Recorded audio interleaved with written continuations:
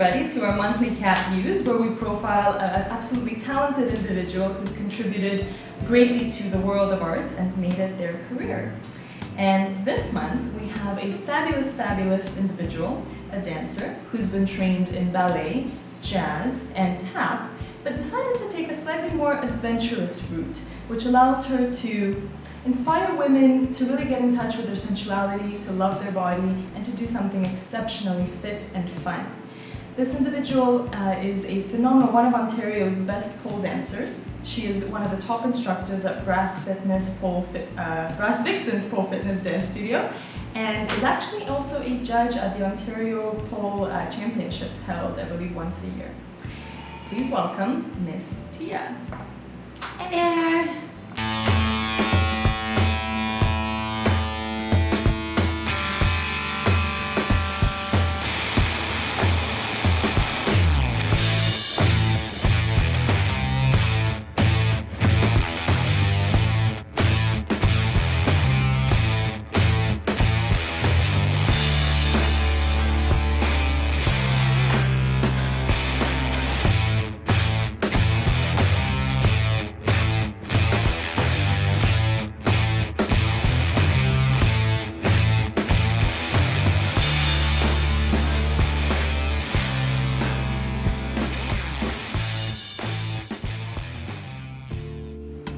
Alright, so Tia, I know pole dancing, and I was lucky enough to see you do some of the fabulous, crazy, upside-down moves that you do on the pole.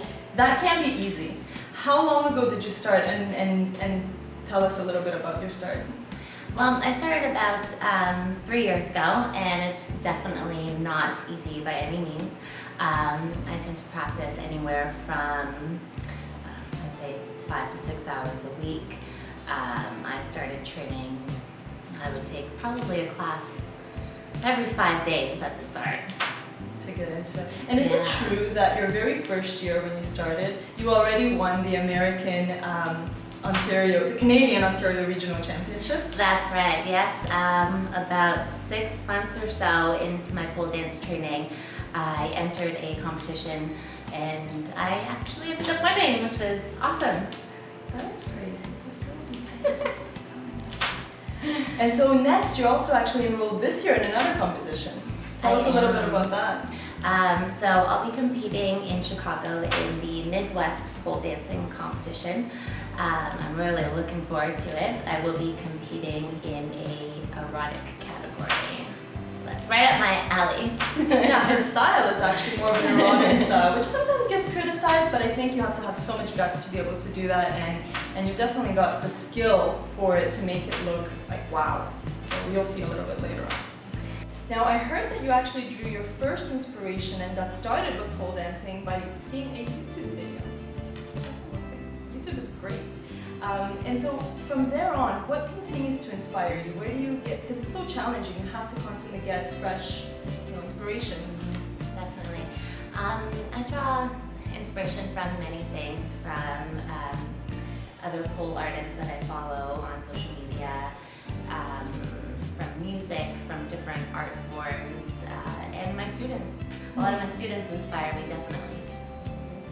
And so now, since you're saying all that, like you've performed, you've been on stage, you've been teaching for so long, is there a hilarious story that's happened to you previously that you can, whether it's a wardrobe malfunction or something like this? Well, I've been pretty lucky.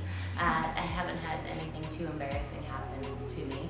I did have one incident. It was for our Christmas show, and as my finale, I came with a little present, and inside of it was a bottle of whipped cream I intended on just spraying all over myself, which I did.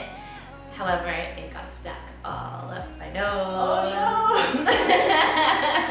So you were coming out like a walrus at the end. But I completely owned it. I was like, yeah. Yeah, you gotta work with it, right? Yeah. The show must go on. Yeah, it happens. Exactly. So where to now? So you teach, you perform, you compete, you do workshops. Tell us a little bit where people can find you, and if they really are dying to learn pole dancing, where can they get hold of you? Well, if they're from Toronto or plan on coming to Toronto, I'm at all of the Brass Vixens locations. I also love to travel and host workshops, so if anyone else would like to have me.